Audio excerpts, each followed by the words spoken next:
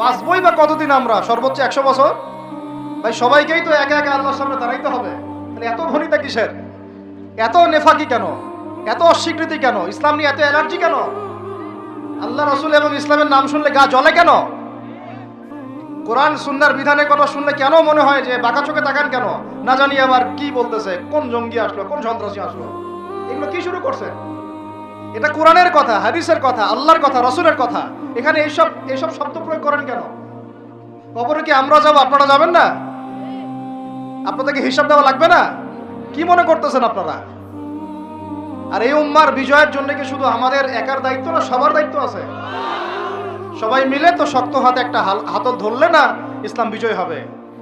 আল্লাহ পাক যে ক্ষমতা যাদেরকে দিয়েছেন, কেন আপনারা বুঝতে চেষ্টা করেন না যে আল্লাহ রাব্বুল আলামিনের কাছেই সর্বভৌম ক্ষমতা, তার বিধান বাস্তবায়ন করেন। আল্লাহ পাক আপনাদেরকে আরো শক্তিশালী করবে ইনশাআল্লাহ।